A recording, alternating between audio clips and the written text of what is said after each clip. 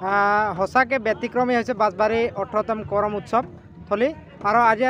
আপোনালোকে দেখিবলৈ পাব আপোনালোকৰ জৰিয়তে যে আজি যেনেকুৱা মানে উলক মালকেৰে আজি বাঁশবাৰী কৰম উৎসৱৰ সামৰণি পৰিব আৰু এই সামৰণিখনত বিশেষকৈ আমাৰ ইয়াতে মানে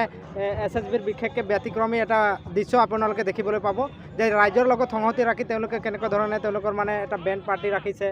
মেডিকেল কেম্প ৰাখিছে, তেওঁলোকৰ অস্ত্ৰ শস্ত্ৰ যে কোনোবা যদি SSB হ'ব খোজে বা ডিফেন্সত যাব খোজে তেওঁলোকৰ মানে বিশেষকৈ আকৰ্ষণ কৰাৰ কাৰণে তেওঁলোকে মানে এনেকুৱা ব্যৱস্থা কৰা হৈছে, এক্সিবিশ্যন কৰিছে। তো বিশেষকৈ আমি বাঁশবাৰী 18তম বাঁশবাৰী কৰম উৎসৱ আমি এইবেলি ব্যতিক্ৰমী হৈছে আৰু বিশেষকৈ আমাৰ ইয়াতে মানে বহু ধৰণৰ মানে এতিয়া অতিথি অহাৰ কথা আছে আৰু অতিথি হিচাপে আমাৰ মুখ্য অতিথি হিচাপে আমাৰ প্ৰমোদ বড়ো ডাঙৰীয়াক আমি অতিথি নিমন্ত্ৰণ কৰিছিলোঁ আৰু ইতিমধ্যে তেওঁৰ পৰা আমি সঁহাৰিও পাইছিলোঁ যে আমাৰ ইয়াতে উপস্থিত হ'ব বুলি, কিন্তু এতিয়ালৈকে আমি আশাবাদী যে তেওঁ কিছু সময়ৰ পিছতে আমাৰ ইয়াতে উপস্থিত হ'ব বুলি। কিন্তু আজি আমি দেখিবলৈ পালোঁ যে আমাৰ ইয়াতে যেনেকৈ বাঁশবাৰী ৰাইজে উৎসাহ উদ্দীপনা যোগাইছে বা যেনেকুৱা ধৰণে সহযোগ আগবঢ়াইছে, আমি আশাবাদী যে আগন্তুক দিনত আদিবাসী যোনটো নেকি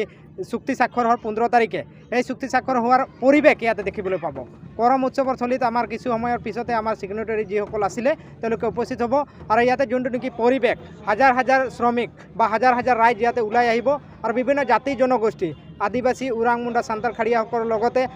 ইয়াতে অসমীয়া তথা ইয়াতে বড়ো তথা ইয়াতে আমাৰ মুছলমান ভাইসকল আছে, সকলোৱে একগোট হৈ আমাৰ ইয়াতে উদযাপন কৰাৰ কাৰণে এইবেলি আমাৰ ইয়াতে উপস্থিত হ'বলৈ ধৰিছে। তো সেইটোৱে আমাৰ ইয়াতে এইবাৰ 18তম কৰম মহোৎসৱ থলী পৰিৱেশটো ব্যতিক্ৰমী হৈছে।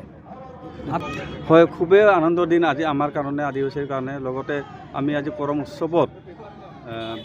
প্ৰত্যেক বছৰৰ দৰে এইবাৰ ভালকৈ পাতিছোঁ আৰু বিভিন্ন জাতি জনগোষ্ঠী ইয়াতে সমাগম হৈছে। লগতে আমি এইটো কাৰণে সুখী হৈছোঁ যে আমাৰ যিটো ছিগনেটাৰবিলাক যিটো আমাৰ চুক্তি একৰ্ড হ'ল, তো সেই একৰ্ডত আমাৰ ছিগনেটাৰবিলাকে ইয়াতে আহিব আৰু সিহঁতক আমি ৱেলকাম জনাম, সিহঁতক স্বাগতম কৰিম।